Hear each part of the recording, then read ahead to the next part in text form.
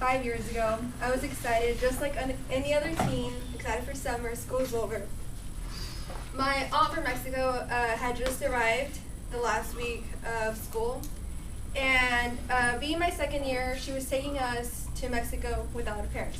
I felt really cool. I was like, I'm 12 years old, and I'm just like, this is amazing. I'm going without my parents. I can do whatever I want. Although my aunts are going to be there.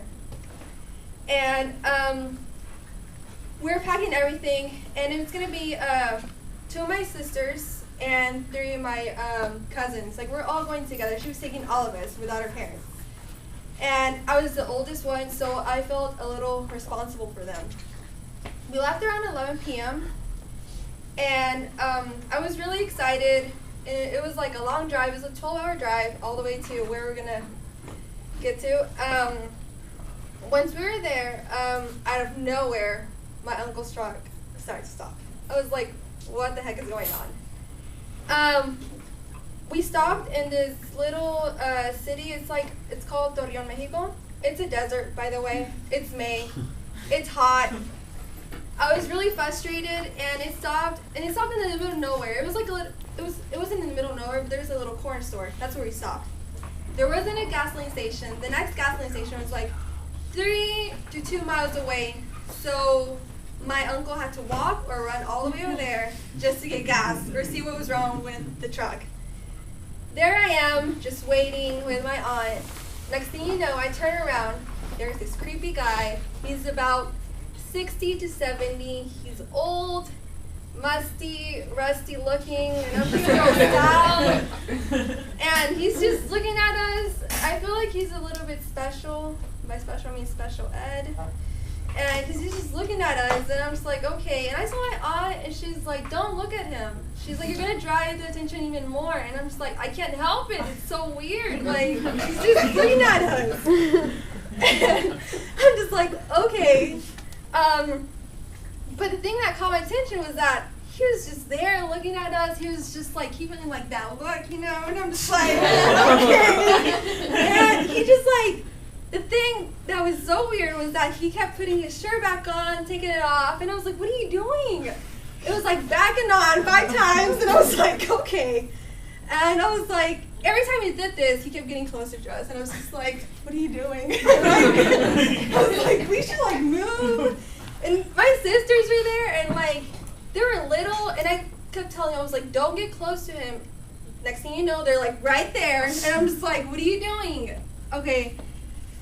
Next thing you know, the guy from the store, the owner, he came out, and he was asking us if we needed anything, water, anything to stay hydrated. And he looked at the man, he was like, what are you doing here? Like, go away, or he told you. And the man, the creepy man, he was just like, he looked at us, and he looked at him, and I was like, what is he gonna do? So out of nowhere, he was like, the man yelled at him, the owner, and he was like, go away. He just ran like a maniac. I was like, okay, or whatever, at least he went away. We're still waiting for my uncle. He forgot his cell phone, so we couldn't contact him where he was at. And so I was so frustrated and dehydrated. I was like, I'm just gonna take a nap. And it's really hot, guys. I'm like, I don't like the hot. I can't stand the hot. I'm a person that complains a lot. I know that. I complain a lot. Yes, I do. So I took a nap, and when I woke up, I was like soaked in sweat. I felt disgusting. I just wanted to get home. I turned around, and my aunt was like, come on, get in the tow truck. I was like, what? A tow truck? Excuse me? So I get on. The driver, he's pretty big, you know? He's right there, and it's just like a one-seat thing. It's like 7 of us, plus him. So I had like 2 kids on me, and we still had to drive about an hour and 30 minutes to get there. We left at 11 p.m. He got there at 4 p.m. It was ridiculous. I just wanted to get home, take a nap, and like just relax. And that's exactly what I did. I just took a shower, ate, and unpacked, and just went to sleep. The next day, I went to go visit my cousins, and we were really excited to see each other because we haven't seen each other for a while. And she took me around to go visit more family members and just to walk around. the city, and out of nowhere we get we got this really unexpected call, and my cousin told me, she was like, you need to be home because my mom wants you there. And I was like, okay, let's go. So we went, and we were there, and I was like, I walked to my aunt. I was like, what's up? And she was there, and she's like, I need to talk to you. And I was like, okay, what happened? And she's like, she told my cousin to walk out of the room. She was like, get out of the room, I need to talk to her alone. I was fine. I didn't know what was going on. I was like, everything was going okay. Until my aunt told me, she was like, you might want to sit down. It's something hard to tell you. I was like, okay. I'm sorry. She's like, your aunt just died. It's like, what? She's like, yeah, the one from Houston, she had cancer. She just died. It was too hard for her, so they injected her something so she could slowly die. I didn't know what to feel at that moment. I was really scared and afraid, and I just wanted to go home to be there with her.